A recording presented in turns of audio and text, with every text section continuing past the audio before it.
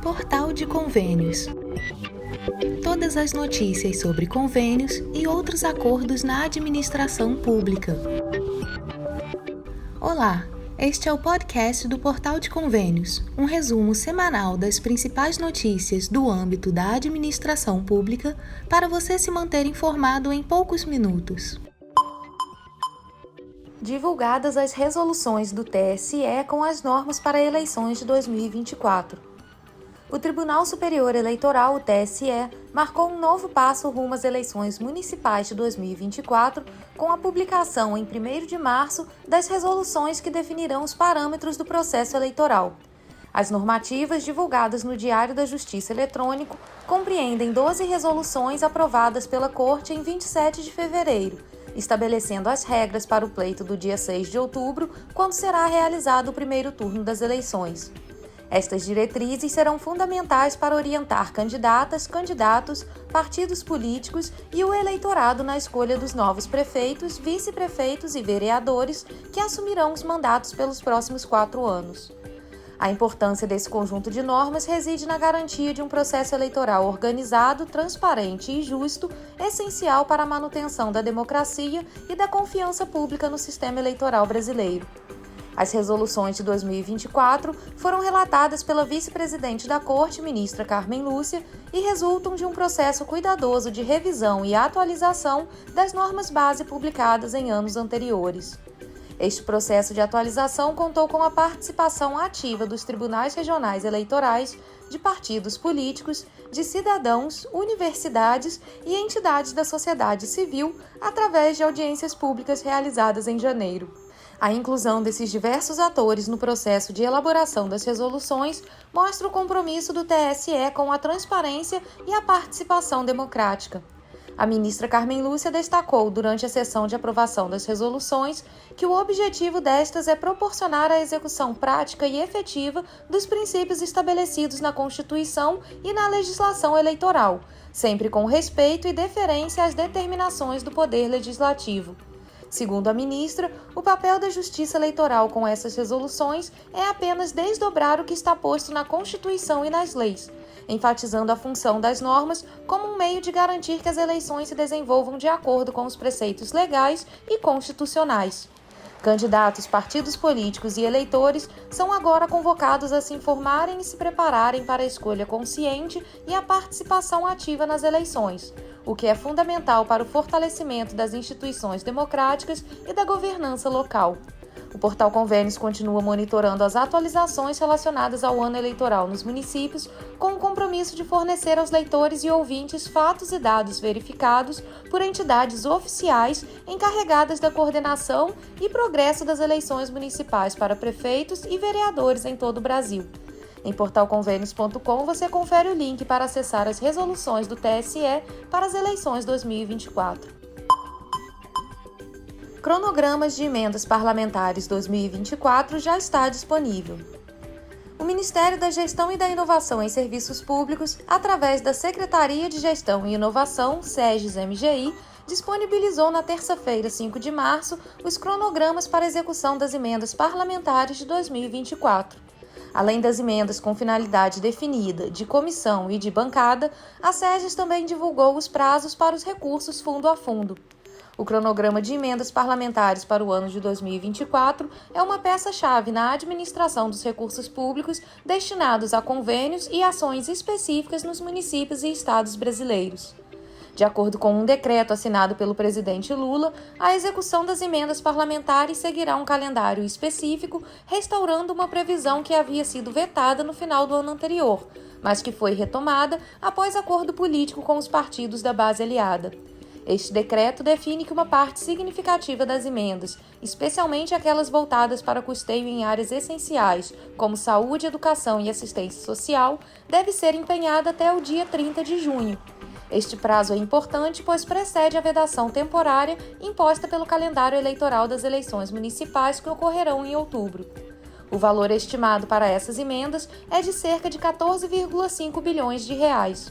Além disso, os cronogramas para a execução das emendas parlamentares para o ano fiscal de 2024 foram divulgados pelas sedes MGI, seguindo as disposições da Lei nº 14.791, de 29 de dezembro de 2023, a Lei de Diretrizes Orçamentárias de 2024.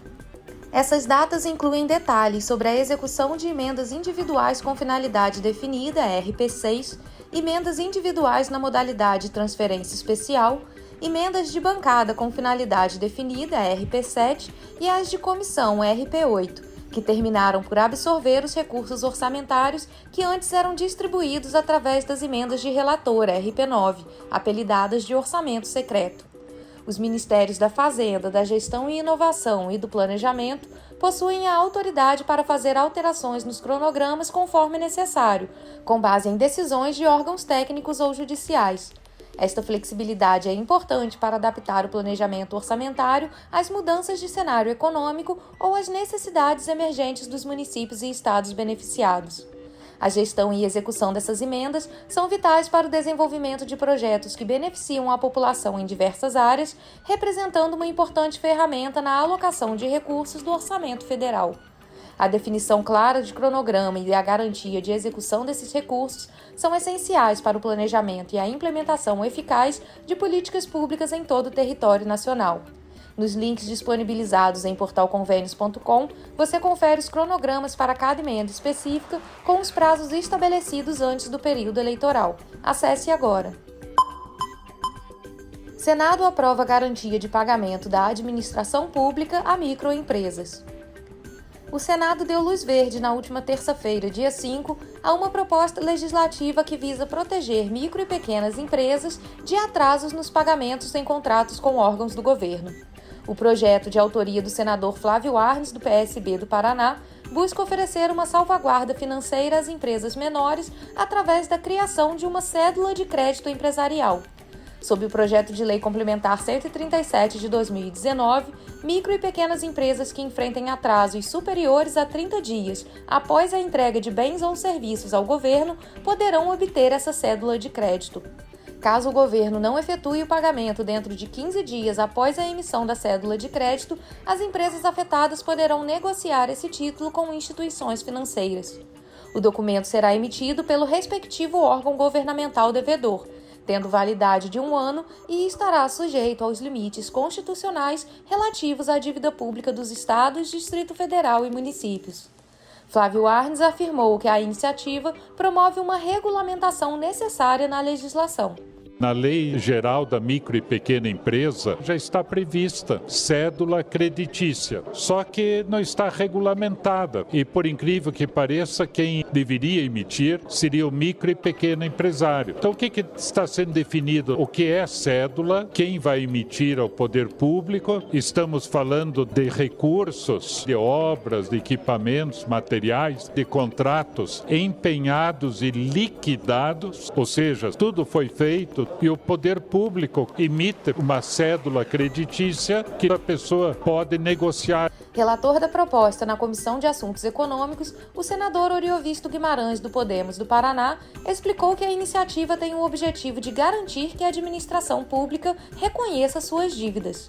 Ele se manifestou favoravelmente à medida, ponderando as dificuldades enfrentadas pelos pequenos empresários. Quando pequenas empresas ou microempresas prestam um serviço a prefeituras ou a estados ou ao governo federal e na data do vencimento dessa dívida a prefeitura não paga, essas empresas podem vir até a quebrar e elas não têm nenhum instrumento para conseguir levantar crédito no mercado financeiro. Então o que se prevê nesse projeto é que, vencido o prazo e não pago, a prefeitura emita uma cédula confessando a dívida de tal forma que a pequena ou microempresa possa negociar isso com as instituições financeiras. O senador ainda explicou que a medida inverte a lógica adotada atualmente e representa uma garantia mínima para os empreendedores. Não há nenhum incentivo para que prefeitos não paguem. Muito pelo contrário. Os limites estão muito claros, os prazos são muito claros. E hoje, simplesmente não pagam e a pessoa que tem o crédito fica a ver navios. Muito melhor que ele desconte isso com algum deságio do que ele venha à falência porque o fluxo de caixa comprometeu o funcionamento dessa empresa. A medida, que foi aprovada no Senado com 62 votos a favor e 3 contra, agora passará para análise na Câmara dos Deputados. PAC Seleções. Governo federal pretende construir creches e escolas em 1.177 cidades. O governo federal pretende alocar um total de 4,1 bilhões de reais em fundos para erguer 1.178 novas creches e instituições de ensino infantil em diversas regiões do país. Essa iniciativa faz parte do novo Programa de Aceleração do Crescimento, PAC Seleções, cujo lançamento foi feito na quinta-feira, 7 de março, pelo presidente Lula diretamente do Palácio do Planalto. O foco do programa é dar suporte aos projetos de alta prioridade propostos pelos governos estaduais e municipais. Está prevista a construção dessas instalações em 1.177 cidades, com o intuito de prover educação para aproximadamente 110.700 crianças de até 5 anos de idade. De acordo com Camilo Santana, ministro da Educação, a gestão de Lula tem como objetivo cumprir integralmente as metas estabelecidas pelo Plano Nacional da Educação, garantindo que a necessidade por vagas em creches em todo o território brasileiro seja plenamente atendida. Segundo o ministro, para cumprir a meta de 50% das matrículas de crianças de 0 a 3 anos nas creches, estão sendo retomadas obras inacabadas e paralisadas através do Pacto Nacional pela Retomada de Obras da Educação Básica, e agora estão sendo autorizadas mais obras. Pelo PAC Seleções, o Ministério da Educação receberá ainda 5,8 bilhões de reais para a construção de 685 escolas de ensino fundamental e médio de tempo integral, garantindo a cobertura para 119.700 estudantes. A escola em tempo integral é a escola que tem a menor evasão, o menor abandono, estimulando o ensino médio concomitante com o ensino técnico profissionalizante para o jovem já sair com o diploma, afirmou Camilo Santana. Mais 750 milhões de reais do PAC Seleções serão destinados para a compra de 1.500 ônibus escolares. Os novos veículos do programa Caminho da Escola atenderão de 45.000 a 135.000 alunos, especialmente da zona rural, em 1.500 municípios. As obras e aquisições devem ser iniciadas após os processos de licitação. O ministro explicou ainda que a seleção priorizou os municípios com maior déficit educacional e em sintonia com as metas do Plano Nacional de Educação. Também foi levada em conta a capacidade financeira das prefeituras para a realização de novas obras e priorizados aqueles municípios que não têm obras paralisadas e inacabadas para serem retomadas.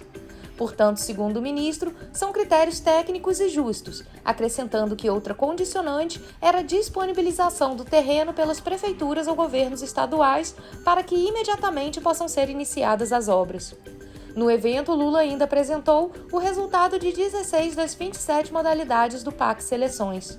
Além da educação, foram contemplados projetos nos eixos de saúde e infraestrutura social e inclusiva, com 23 bilhões de reais em investimentos. No total, na primeira etapa do PAC Seleções, estão previstos 65,5 bilhões de reais em recursos para todo o país. A segunda etapa do Seleções, com mais de 70,8 bilhões, deverá ser lançada no início de 2025 para que os prefeitos que forem eleitos neste ano possam participar do novo PAC.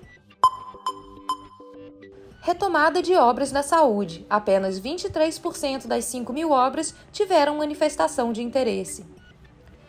Já está quase no fim o prazo para a adesão ao programa de retomada de obras na área de saúde.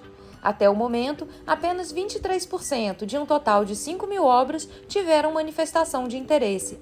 São cerca de 5,5 mil obras que passaram do prazo de execução ou não estão em andamento, segundo o Ministério da Saúde.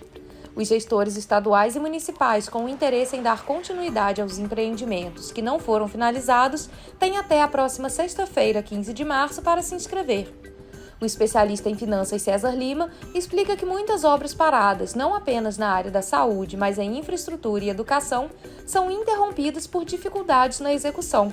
Ele destacou que um problema comum é o abandono das obras devido à falta de capacidade de lidar com a lentidão no repasse de recursos públicos, causando essas paralisações em diversas áreas. Elton Fernandes, advogado especialista em direito da saúde, acrescenta um outro fator, a falta de planejamento. Claro, a gente pode pensar que falta dinheiro, a gente pode pensar até que houve muitas vezes uma falha no projeto, mas tanto a falta de dinheiro como a falha no projeto, ela decorre muitas vezes da falta de planejamento daquele órgão, daquele ente, por exemplo, para executar essa obra. Entre os empreendimentos que podem ser retomados estão unidades básicas de saúde, academias da saúde, construção e ampliação de unidades de pronto atendimento, além de ações nas redes cegonha e neonatal. Os centros especializados em reabilitação e as oficinas ortopédicas também serão alcançados pelo programa. Para aderir ao programa, basta acessar o site do InvestSUS, atualizar o status da execução física da obra e se inscrever. O Ministério da Saúde disponibilizou uma página especial com regras e prazos do programa. Os gestores também podem acessar a cartilha, que traz diversas orientações sobre como aderir e o que é a iniciativa. Na opinião de César Lima, é fundamental dar continuidade às obras para a melhoria dos serviços e atendimento à população.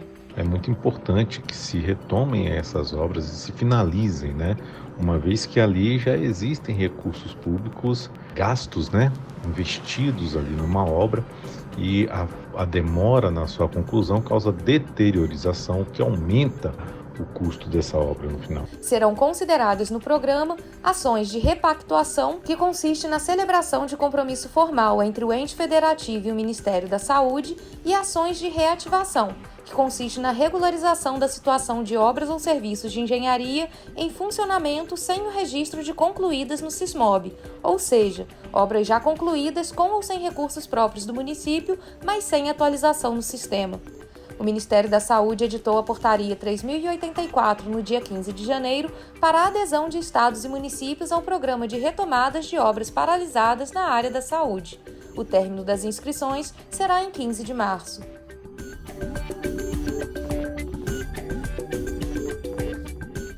Você ouviu mais um podcast do Portal de Convênios, te atualizando sobre projetos, prazos e ações em administração pública. Continue se informando em nosso site portalconvenios.com. Até a próxima!